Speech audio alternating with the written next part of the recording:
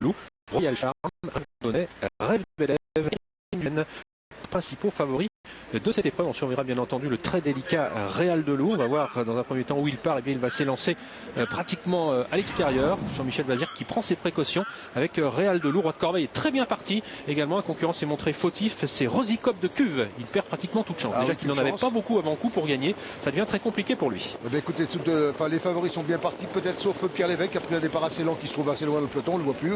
Voilà, mais bon, sinon l'ensemble quand même est assez bien parti. On voit que le train est sélectif depuis le départ. Et on va très vite avec l'As Ring. Sur le galop dans le premier tournant. Ouais, c'est le 11 Réal de Loup. Voilà, Réal de Loup, bah, voyez. Hein, il reste vraiment très délicat. Ah oui, très délicat parce qu'il était parti correctement et puis ce qu'il disqualifié, Michel. Disqualifié malheureusement. On vient d'entendre ça de la voiture donc des juges aux allures qui est à l'intérieur de la piste, donc disqualification de l'un des favoris, Réal de Loup. Décidément, le 5 est au galop également pour passer devant les tribunes. Réal de Morges, c'est terminé pour Réal de Morges. Devant les tribunes, c'est l'As Ring du Chêne, Cadac Rouge qui a l'avantage. À son extérieur, Ruby de la Porte, le numéro 14. On se rapproche avec Christian Bijon, partenaire de Roche d'Herpais, le numéro 4, qui emmène dans son sillage rouge vif, le numéro 6, où se trouvent les favoris. Roi de Corbeil, le numéro 9 est au sein du peloton en 7-8e position.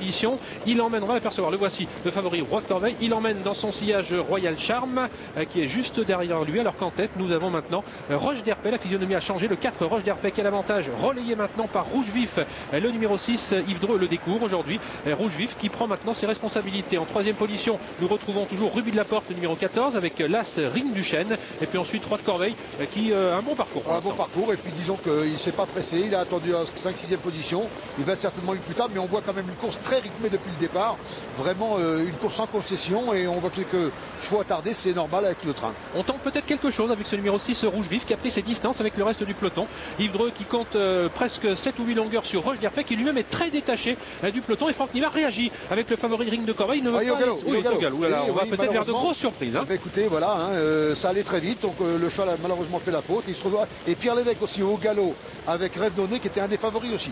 Décidément, les chevaux les plus en vue sont au galop. On est à 1 km de l'arrivée, on va peut-être vers des surprises avec toujours ce numéro 6 Rouge Vif qui nous vient des épreuves à réclamer, qui a toujours assez nettement l'avantage sur Roche d'Herpais, le numéro 4. Il reste 1 km, il va falloir tenir. En 3e position, nous avons Ring du Chêne, Rollon qui effectue une petite rentrée. Nous avons d'autres disqualifications. Le numéro 15 Rêve Donné a été disqualifié, alors que le favori n'a pas été disqualifié, Roi de Corbeil, mais il est très loin. On se rapproche. Avec Royal Charm qui vient très bien, vraiment de belle façon, accompagné à l'extérieur de Pierre Vercruz avec Ruby d'Herpais, le numéro 6.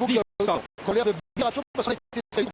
Ça peut mollir pour finir. On a assez nettement l'avantage avec le numéro 6, déjà 600 mètres de l'arrivée. À plusieurs Roche d'Herpais, le numéro 4, Ruby d'Herpais est désormais en 3e position. Le 10, Royal Charm qui vient dans une action significative. Ring du Chêne est toujours en 5e position. Et puis derrière, eh bien, on a du mal à revenir maintenant. Toujours donc le numéro 6 qui a l'avantage. Rouge Vif lancé à sa poursuite. Roche d'Herpais. On se rapproche également avec Rêve de Bélève, le numéro 16 qui vient maintenant en 4e position. Et voici Royal Charm. Est-ce qu'il va pouvoir revenir? Royal Charm, même s'il vient dans une action significative, il aura sans doute du mal à revenir sur Rouge Vif qui vient de le devancer, car Rouge Vif a peut-être fait le plus dur. Il a plusieurs longueurs d'avance maintenant. A mis ligne droite maintenant, il ne sera sans doute pas rejoint malgré tous les efforts de Royal Charm. En 3e position, Roche d'Herpais, Rêve de Bélève, et puis également Ruby d'Herpais qui revient prendre une bonne place avec également Ravel Desgranges. Ouh, attention à Rouge Vif qui a failli se tromper dans ses allures, mais qui va conserver le meilleur jusqu'au bout devant Royal Charm. La 3e place pour Rêve de Bélève, la 4e place soit pour le 10 Ruby d'Herpais. Je pense le 10 et à la 5e place le 4. Le 4 Roche d'Herpais. Il y a beaucoup d'Herpais dans cette compétition, mais c'est un Rouge Vif qui s'est imposé, le numéro 6 que découvrait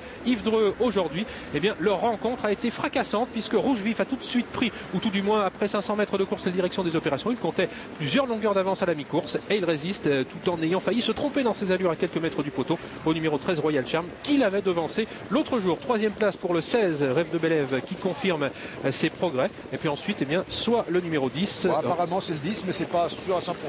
On mettra une petite photographie pour en être un tout petit peu plus sûr, et puis un peu de regret en ce qui concerne le Roi de Corbeil qui s'est montré fautif à la mi-course alors qu'il était bien placé. C'était le favori. Rouge Vif donc s'impose de l'entraînement en grande forme cet hiver également de Franck Leblanc. Yves Dreux qui donc avait été appelé à la rescousse puisque les drivers qu'a l'habitude de prendre Franck Leblanc, Jean-Michel Bazir ou Franck Nivard étaient déjà retenus. Regardez Rouge Vif qui a nettement l'avantage à moins de 500 mètres du poteau. Il faut maintenant, Michel, assurer. Ah bah faut assurer parce que c'est un cheval qui est un peu looper, on l'a vu plusieurs fois se tromper, donc il peut toujours faire la faute, mais c'est un cheval qui a beaucoup de train, qui est capable d'aller devant comme ça, il n'aime pas être dérangé, pas de pointe de vitesse trop, donc on a décidé de durcir la course et ça lui a servi aujourd'hui puisqu'il a été au bout.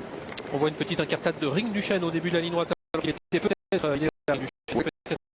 Là, il a 5-6e place. Ouais, il n'a pas perdu sur la faute, mais C'est avec le L'Oréal, il semblait le voir légèrement qui assure complètement. voilà, là, hop, hop. Oh, c'est pas méchant du tout. Non, c'est juste un petit changement de jambe, rien d'inquiétant si vous avez joué ce numéro 6 rouge vif qui donc gagne ce quintet 6, 13, 16, 10 et 4 pour l'arrivée provisoire. On retrouve tout de suite Fabienne.